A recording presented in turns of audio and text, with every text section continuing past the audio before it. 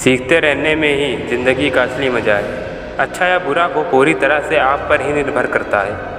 अगर हर रोज़ आप कुछ नया सीखने की कोशिश नहीं कर रहे हैं तो आप अवश्य ही कहीं ना कहीं फंसे हुए हैं, और आप ही हैं जो इस कैद से खुद को आज़ाद कर सकते हैं। खुद पर विश्वास रखिए और अपनी समस्याओं को समाधान में बदलिए। दोस्तों, मैं आपको एक कहानी सुनाता हूँ। ये कहानी एक गाँव की है। इस गाँव की एक और नदी का तेज़ प्रवाह गतिवान था। गांव में प्रत्येक वर्ष एक नौका रेस होती थी। गांव का हर व्यक्ति इस नौका रेस को जीतने की इच्छा रखता था, क्योंकि जीतने वाले को 5,000 का इनाम था। इसी गांव के एक व्यक्ति जॉनी के लिए इस रेस को जीतना बहुत ही ज़रूरी था। उसकी आर्थिक स्थिति बिल्कुल भी ठीक नहीं थी। उसने किराए पर एक नौका ले रखी थी।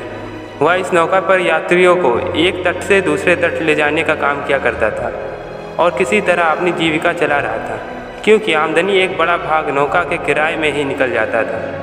जॉनी ने रेस जीतने के लिए कड़ी मेहनत शुरू कर दी। वह दिन में अपनी नाव यात्रियों के लिए प्रयोग करता था और देर रात तक रेस की प्रैक्टिस किया करता था। जिस समय पूरा गांव बंद आंखों से स्वप्न देख रहा था, उस समय जॉनी खुले आंखों से स्वप्न पूरा करने की तैयारी में लगा हुआ था। अब नौका रेस का दिन था। रेस शुरू होती है। सभी नाविक एक दूसरे को कड़ा मुकाबला दे रहे होते हैं, लेकिन इसी बीच अंत में जॉनी ही रेस जीत जाता है। यह दिन जॉनी के सबसे बड़े दिनों में से एक था, जिसके लिए उसने बहुत ही संघर्ष किया था। इस प्रकार जॉनी को इनाम की राशि मिल जाती है। जॉनी की खुशी को कोई ठिकाना ही नहीं रहता है, क्योंकि जॉनी का समय बिल्कुल बदलने वाला था। इस इनाम की राशि के कुछ भाग से जॉनी उस किराए की नाव को खरीद लेता है। उसके घरेलू हालत भी अच्छे हो जाते हैं। जॉनी और उसके परिवार का जीवन पहले के मुकाबले कहीं अधिक आसान हो जाता है। अब जॉनी बदल चुका था।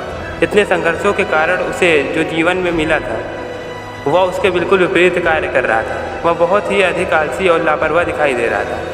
उसे देखे कर ऐसा लग रहा था कि भविष्य के लिए उसके पास केवल एक ही योजना थी, वह थी आज के आराम की। इस 5,000 की राशि जीत कर न जाने क्यों वह पूरी तरह से निश्चित हो चुका था। अब ना तो वो नाव की संबंधित तकनीकियों के बारे में भी सीख रहा था और ना ही जीवन की संबंधित मुश्किलों के बारे में। उसे देखकर ऐसा लग रहा था कि उसके आगे का संपूर्ण जीवन इसी प्रकार गुजरने वाला है। एक दिन जॉनी अपनी नाव लेकर नदी में निकल पड़ता है। कुछ देर बाद अचानक एक तेज़ तूफान नदी में प्रवेश करता है, जिसका अंदाज़ा जॉनी को बिल्कुल भी नहीं था। वह इस स्थिति को बिल्कुल भी संभाल नहीं पाता है।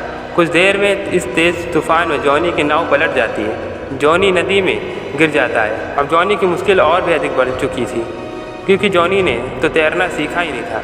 उसके जीवन भी लगभग समाप्त होने की कगार पर ही था। लेकिन किसी तरह कुछ अन्य साथी नाविकों ने जॉनी को जीवन बचा लेते हैं। जब शुरुआत में समय हमारे अनुकूल नहीं होता है तो हम उससे बाहर निकलने के लिए कठिन संघर्ष में लगे रहते हैं। जब हमारा ये संघर्ष पूरा हो जाता है तो हम कुछ समय के लिए बेहतर समय में पहुंच जाते हैं। हमारा समय जब अच्छा चल रहा होता है तो न जाने हम क्यों लेजी मोड में आ जाते हैं। हम भविष्य की योजनाओं के विषय में चिंतन करना ही छोड़ देते हैं।